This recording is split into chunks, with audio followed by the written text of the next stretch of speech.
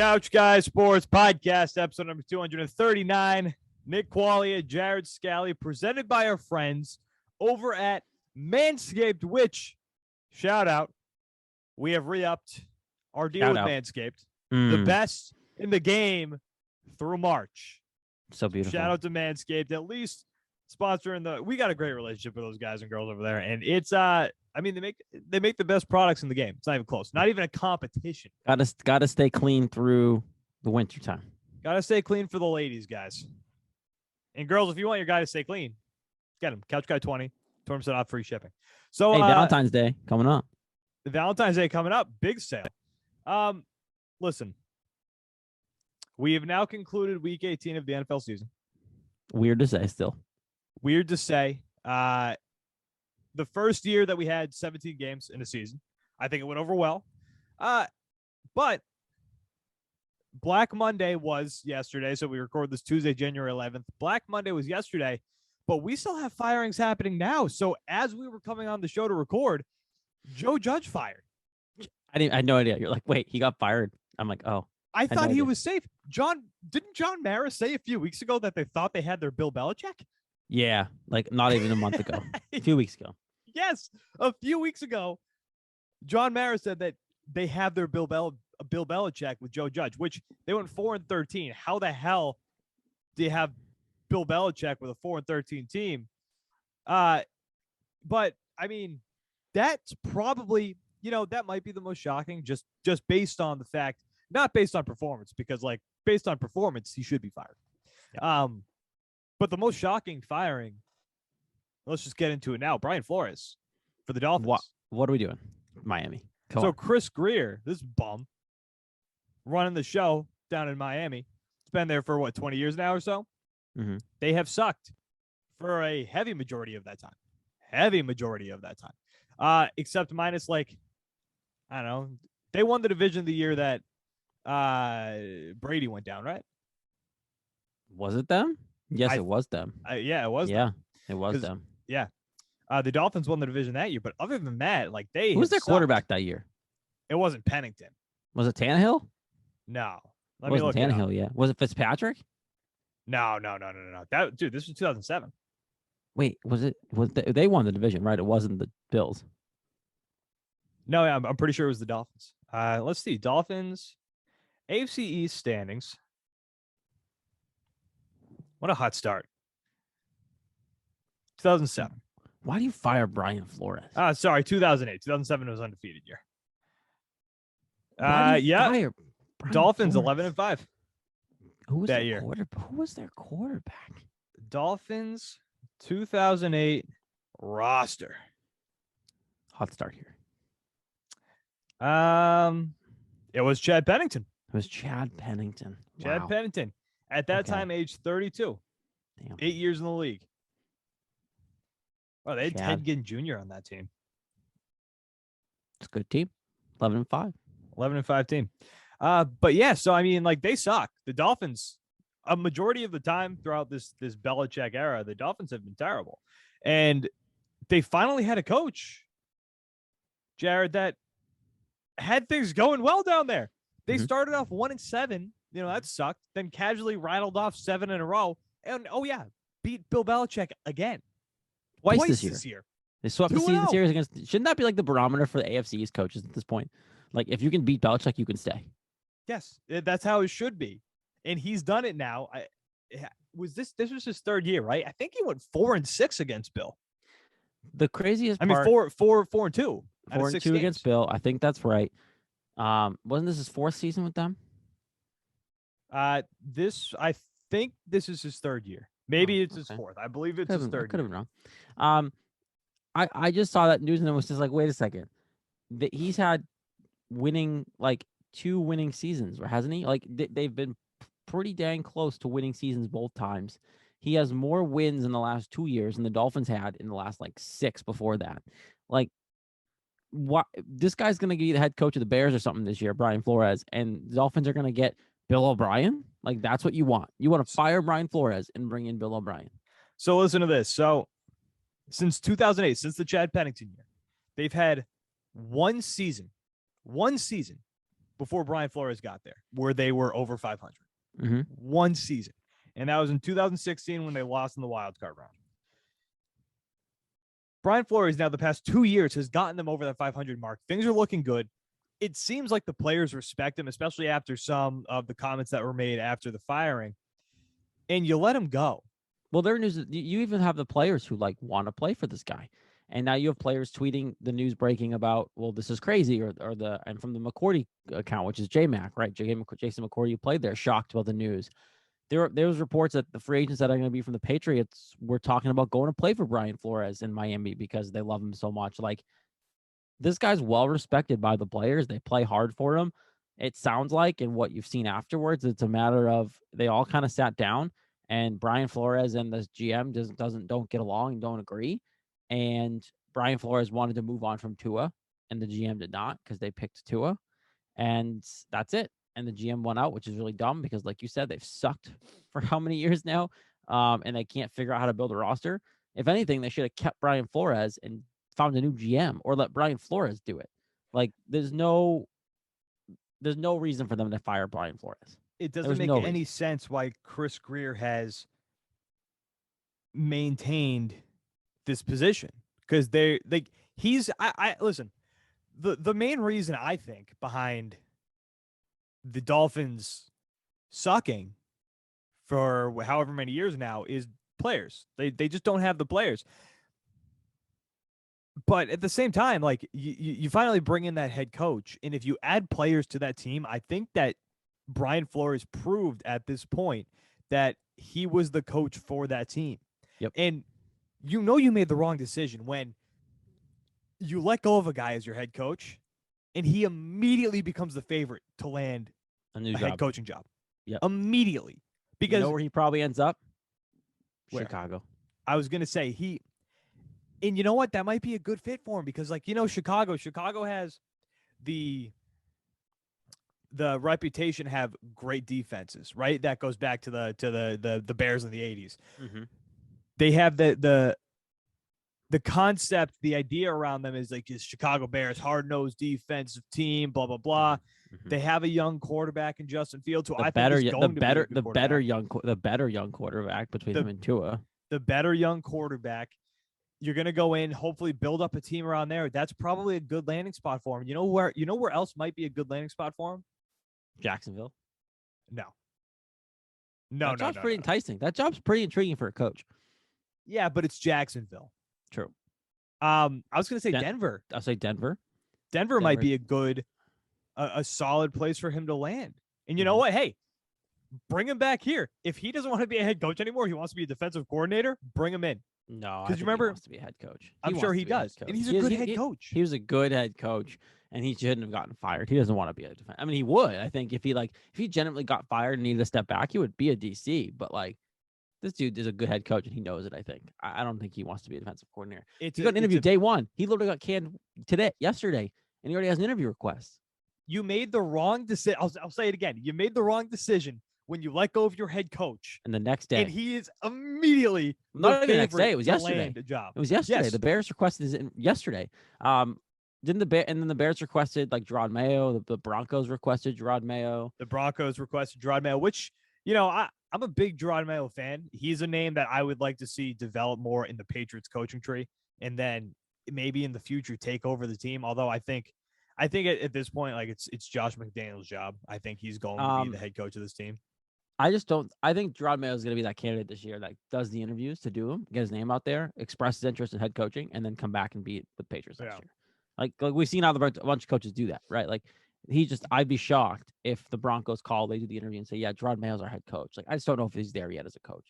Yeah, I don't either. I think he will be one someday for sure. I think, he's a smart guy. I think he will be a head coach. I would love Gerard Mayo to be the future coach of this Patriots team, but again, I think that's Josh McDaniels' job. That's just waiting for him at this point. Mm-hmm. But yeah, I mean, the Brian Flores move, crazy, absolutely crazy. I mean, so dumb. It's so hard. The problem is, like, it's so hard in this league to find a coach who's good.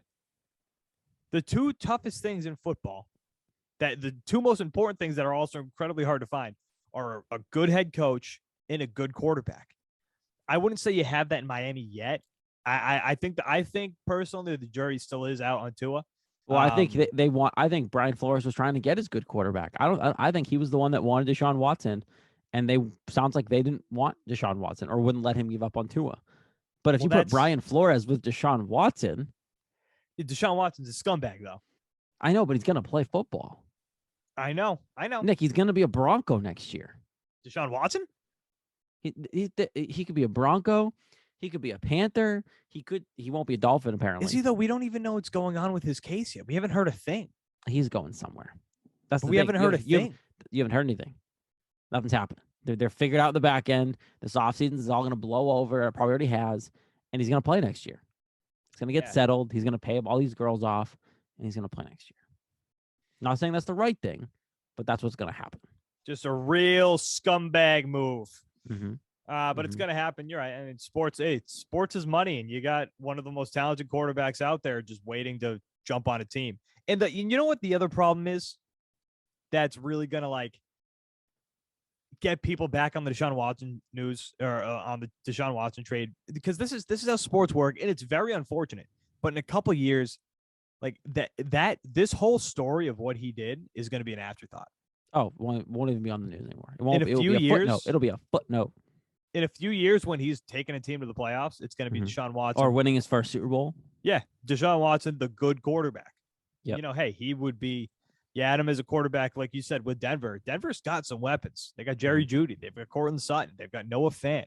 If you just give Denver a quarterback, that's good. Like Aaron Rodgers, that'd be a good. Well, did you see the comment earlier on Twitter? It was basically only reason why you'd fire Brian Flores is if you had your quarterback in place and they didn't want Brian Flores, aka Aaron Rodgers. In Miami? Yeah. No, Aaron Rodgers would not go to Miami.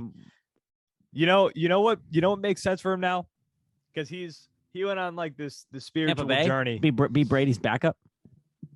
Well, no, he went on this he went on this spiritual journey over the offseason. He's very in tune with himself now. He's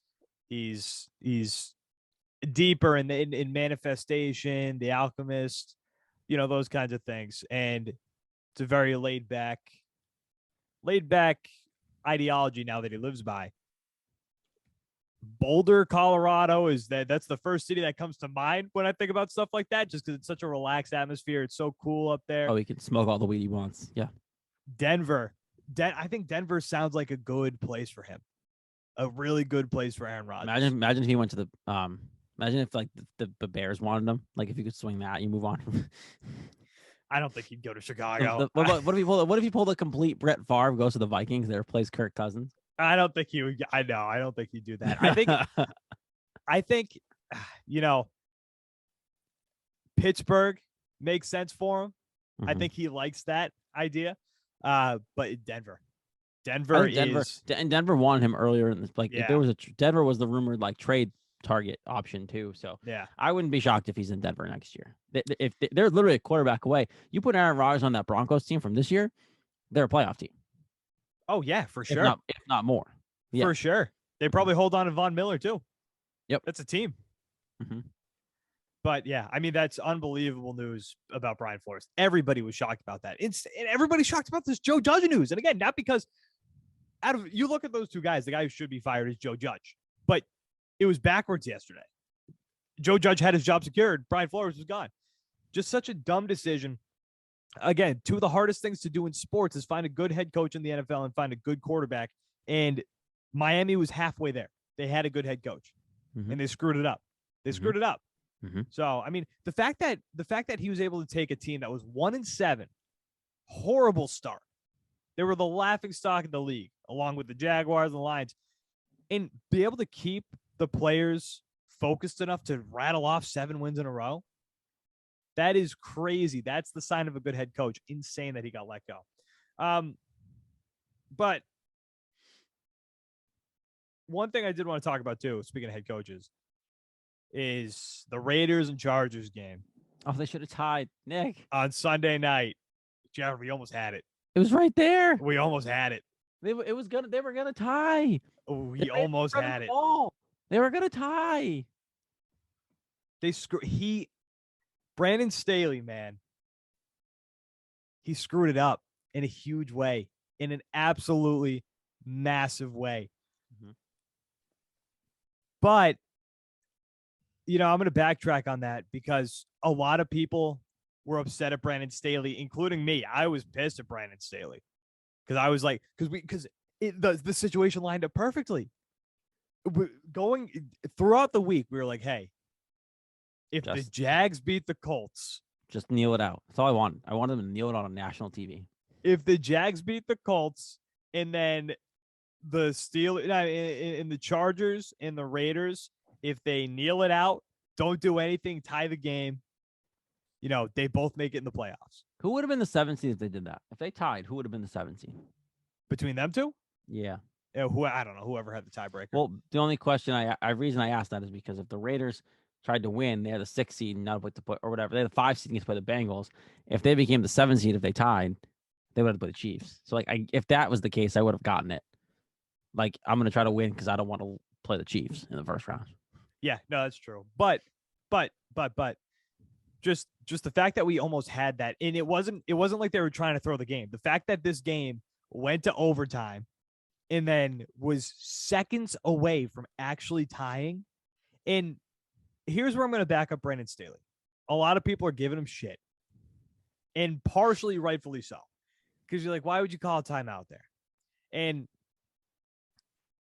thinking back on it, what was going to happen there? His defense was that he wanted to get a player out there to have a better run defense because the Raiders are going to run the ball again. And the Raiders did run the ball. Turns out it didn't matter because they ran it however many yards, 10, 15 yards, got into even closer field goal range. Would have been a 57-yard from where they were at originally, moved it up. And plus, they got Carlson, and he's got a leg. He's going to make it probably from 57. It would have been a tougher kick, but it was basically a chip shot for him because he's got a hell of a leg. But all he did was stop the clock and get his player out there because the Raiders are probably going to do that same play anyway. Might have gotten the same result, maybe not. But let's be honest. When you think about it, the Raiders have a timeout. They're going to run the ball, and they're probably going to call a timeout either way. So I know after the game, Derek Carr and I know Derek Carr and I'm blanking on the coach's name. Whatever. The interim head coach. I'm blanking on his name. Sorry. They basically did say, like, we were pretty content with letting the clock run out, and the timeout did change our idea. Yeah, but then he went back on that too, though. In that interview, the post-game interview on the field, he was like, yeah, it did change our plans, but we came in today thinking we were going to win, and we wanted to win, and we were playing for the win, blah, blah, blah. And it's like, you just told us your real plans. Like, but they were going to kick it. They were going to kick it no matter what. They weren't just going to let the clock run out and hit 0. They're going to probably let the clock run out to 2 or 1. So that way, even if they do miss, the Chargers don't get a chance to win the game. Yeah. But either way, like, I think it's the same result. I think Brandon Staley's catching a lot of heat for no reason. Well, I mean, maybe not for no reason. Did you see the Austin Eckler exchange on the field with one of the Raiders players? I heard about it. I actually didn't see it. He basically, you could see him mouth it. He asked the guy I forget who the Raiders player was, but Eckler was basically like, "Were you gonna kneel it?" And the Raiders they said, "Yeah, well, that was our plan." Like, you can read their lips. Yeah. See, I doubt they would have knelt it. Dude, they've got Carlson. It's not like they have a. No disrespect to win the game. They didn't need to win the game, though. I know, but like, they probably would have tried it. It was a 57-yarder. It's nothing that's like, it's a 57-yarder inside. It's not like it's a crazy. It's not like it's a record-breaking kick. Carlson again has a hell of a leg. Just signed a huge contract in the middle of this year because he's that good of a kicker. I was just begging that they just knelt it. Like, I wanted it too. Sunday Night Football, just kneel it out. Just every single snap for an entire football game, just kneel it. I wanted it too. It would have been awesome. Punt it away, let him kneel it again. Punt it away, let him kneel it again. It would have been awesome. But I mean, what are you going to do? We're here now. The Steelers are in the playoffs now. Yeah. Yeah, that does suck. Big Ben, one last loss in the playoffs to the Chiefs. Never mind. I was going to say something. I'm not going to say anything. You want to talk about the national championship real quick? Did you watch any of it? Go ahead, because I don't care. National championship, the first 3 quarters was boring. I'm sure you saw on Twitter. I was getting bombarded, Jared. Everybody's like, because I tweeted, I was like, every time bet against Alabama. I get smoked, but You bet against Alabama. my gut's telling me I want to bet You see Georgia today -3. I got slammed. I had people, don't do it. I had somebody quote tweet, Bama's gonna win by 22. I'd say, dude, I mean, we'll see. We'll see. At that point, I really hadn't picked yet. But probably like an hour or two after that tweet, after I got attacked, I was like, I'm gonna do it. I'm gonna go Georgia -3. I'm gonna ride with Georgia again. This is it. This is my play. And you know what? After the first 3 quarters, I was like, I don't know if this is gonna hit. I don't know if this is gonna hit. Did you watch any of the game? No. I didn't know if it was gonna hit. Shout out! I saw highlights and I saw the pick 6 and I saw the big stuff, but I didn't. Shout out Dalvin Cook's younger brother. Kid seems good. Runs just like Dalvin Cook. So that's a mini Dalvin Cook. He's fast as shit, breaking off big plays. It was a fun game to watch. The fourth quarter was actually fun because the first 3 quarters was so boring. It was just field goal, field goal, field goal. I mean, it was what you expected. Did that Georgia touchdown pass come in the fourth quarter? The deep ball that I saw highlight of. Georgia deep ball. No, they didn't have a touchdown pass. They had a deep ball. Yeah, they did. I don't think they did. They had a deep ball. Are you talking about where the receiver caught it, rolled, slid, and basically stood up and looked cool as shit? There was one that he caught, like the Georgia caught, like in the end zone. Was that the 2-point conversion? That was a deep ball. It was a deep pass. Oh, wait, no, you're right. I'm sorry. I didn't even watch the game, Nick, and I know this. I know. Listen, I'm tired. My goodness. I'm tired. I'm tired. I was up late last night. I don't like college football, and I knew this.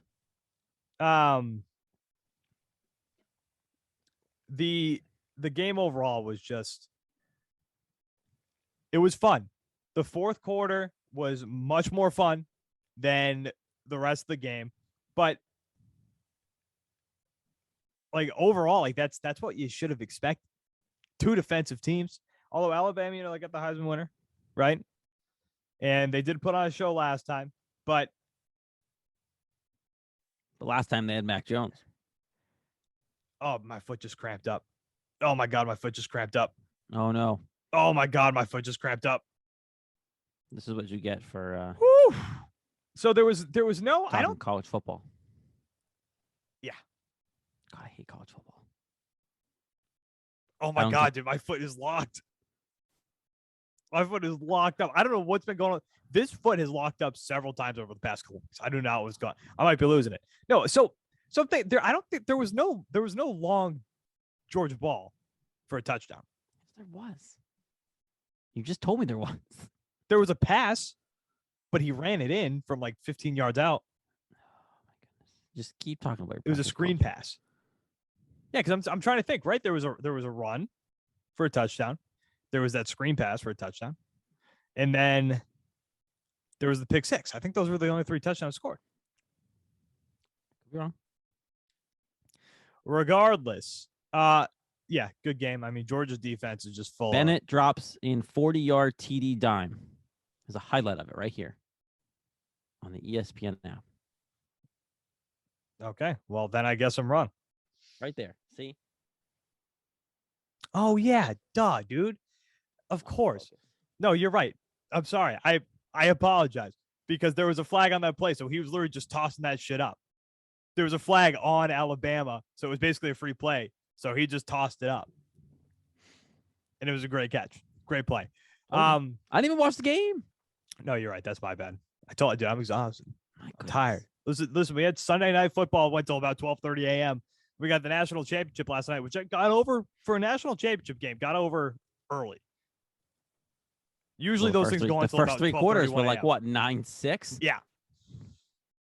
But yeah, I mean, fun game to watch. Now, before we move on, actually, no, let's just get into it now real quick, and then in the middle of this we can talk about our boys and girls over at MANSCAPED.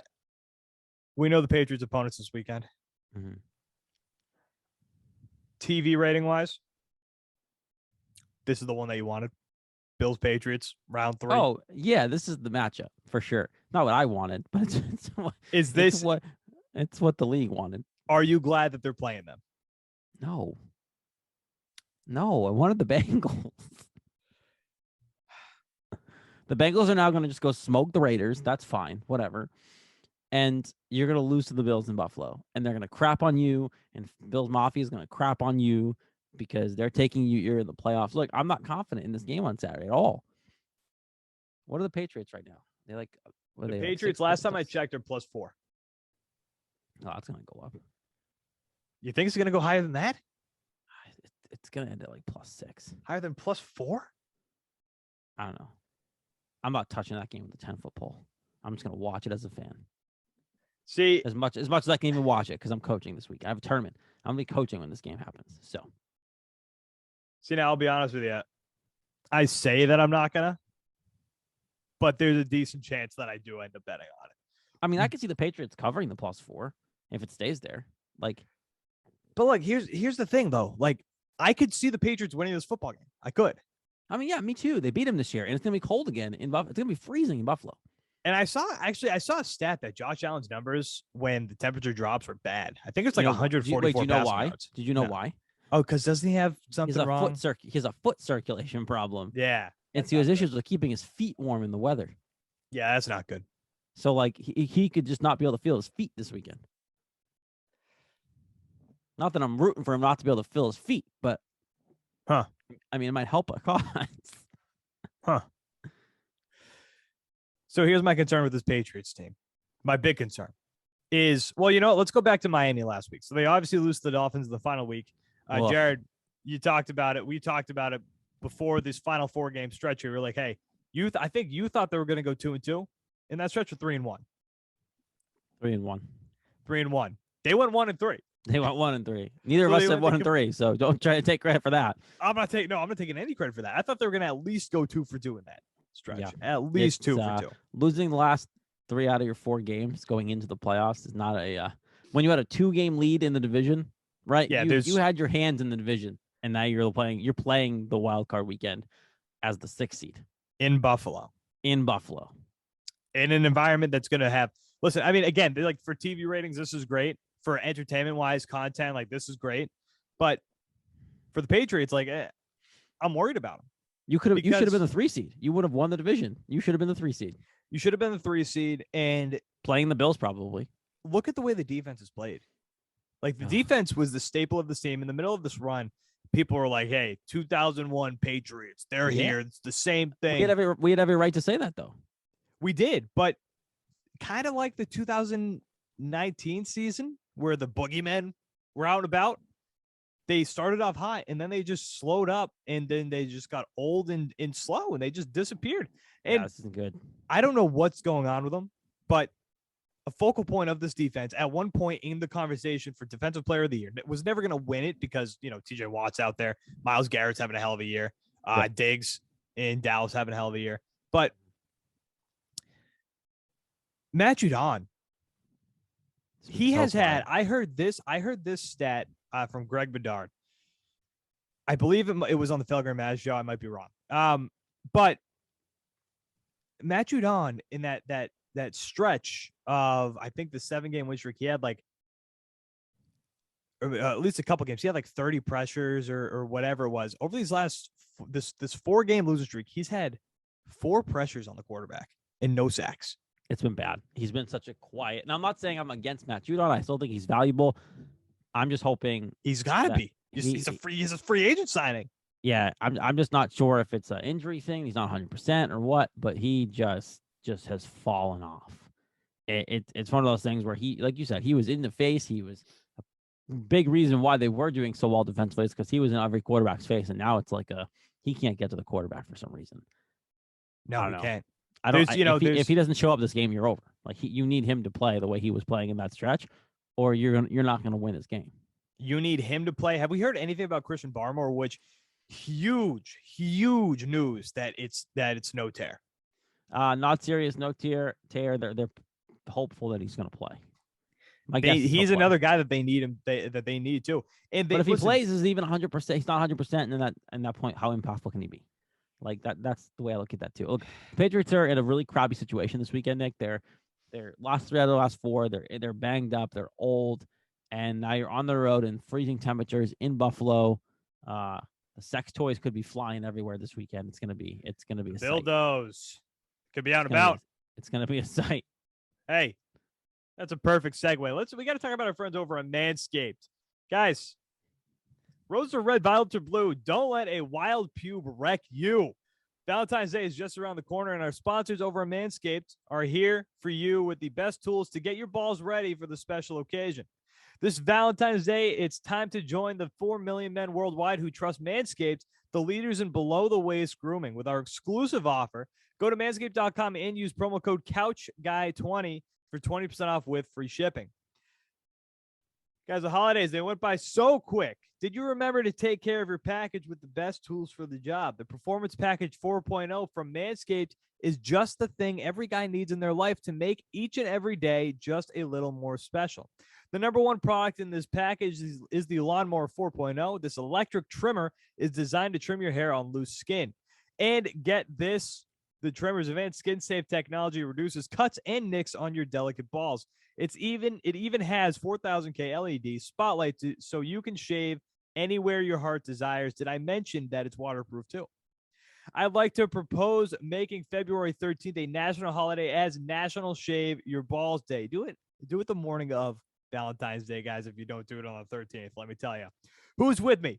I think this is one holiday that men and women can get behind. This package also includes the Weed Whacker nose and ear hair trimmer to whack all the worst of your weeds. Manscaped even threw in 2 free gifts, their shed travel bag and anti-chafing boxer briefs to keep your boys stored comfortably. To complete the perfect package, for your perfect package are liquid formulations like the Crop Preserver Ball Deodorant and Crop Reviver Ball Toner. Start your day off with the ball deodorant for your boys and then stay cool all day with the toner to keep you feeling your best all day and night. These formulations will also have your balls smelling like a king on the big day. And don't forget to smell good not only around your balls, but all over. Made with their signature scent, the Manscaped Refined Cologne will complement your collection with smell perfection. Manscaped created their products for a night just like this and will make your V-Day date say, wow. Great set of balls you have there, pal. Go to manscaped.com and use the exclusive offer for 20% off with free shipping with code CouchGuy20. Your balls and lady, they're going to thank you. Listen up one more time. Get 20% off with free shipping using the code CouchGuy20 at manscaped.com. That's 20% off with free shipping at manscaped.com and use promo code CouchGuy20. Join Cupid and shoot your arrow with Manscaped this Valentine's Day. All right, so let's keep previewing this game a bit here. Isaiah Wynn and Barmore were both limited at practice today. Okay, that's another guy that you need is Isaiah Wynn. You know what? No matter what you think about him on the left side, he was garbage.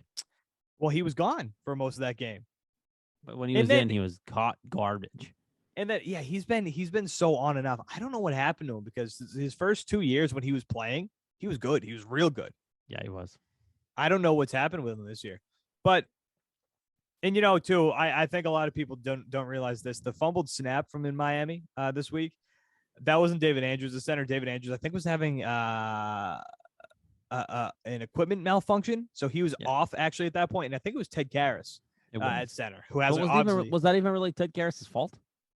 I don't really know, to be honest with you, but I just want to point that out. It wasn't David Andrews. David Andrews was still one of the best centers in football. But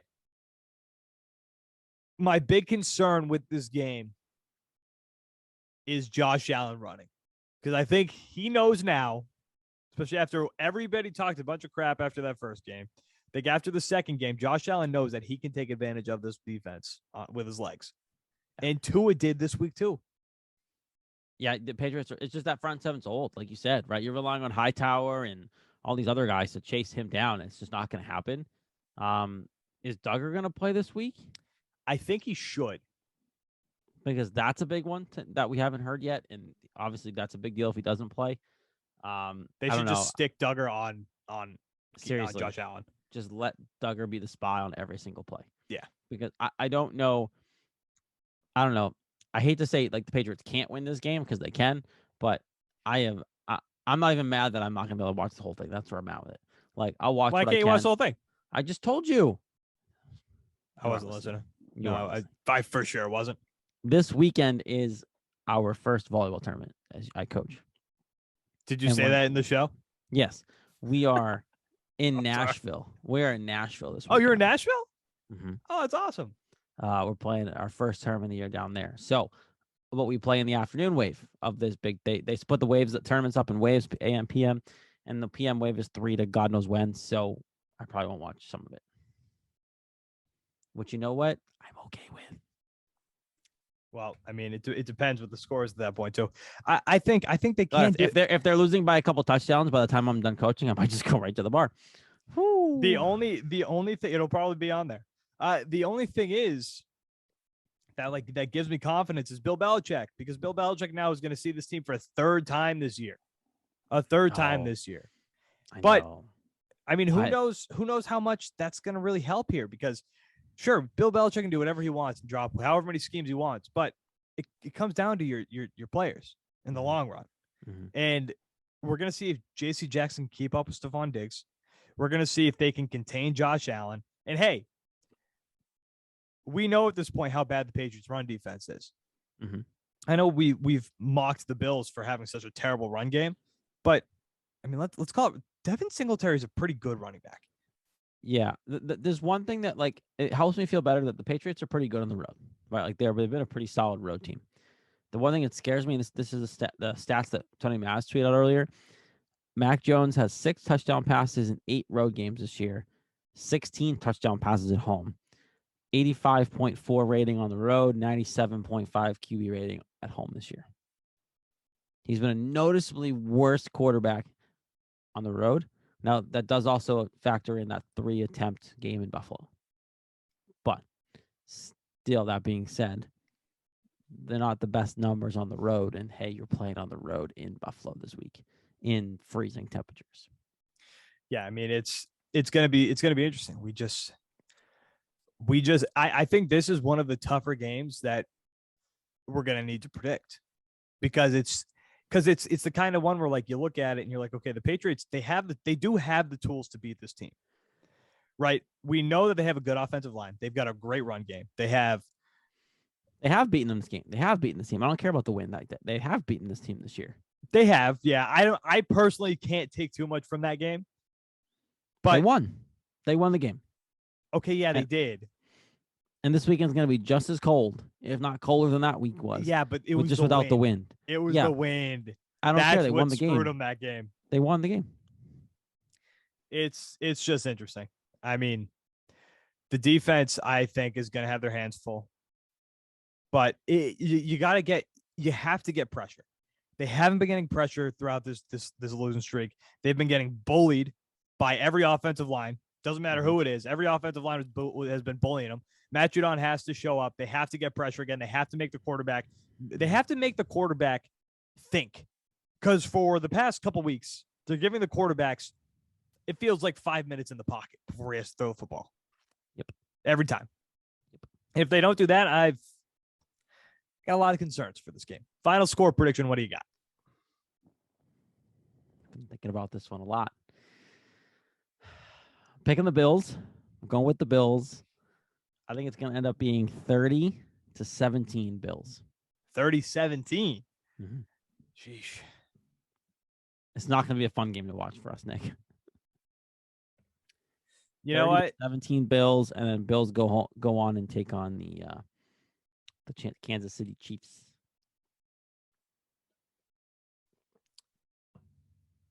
Yeah, I'm going Bills. Yeah, you have to, huh? Yeah, Bills. Against the spread, yeah, I think the Bills cover that -4 spread too. Am I going to bet it? Absolutely not. I can't bet against the Patriots in a game like this. But, I mean, look at this. There's just so many factors that are going against the Patriots. I don't think they're a 10-7 record, Jared, isn't that good. It's not that good of a record. No. They're really 9-7. Normal football year without the extra game. It's a 9-7 football team. It's a very mediocre football. It's a mediocre football team.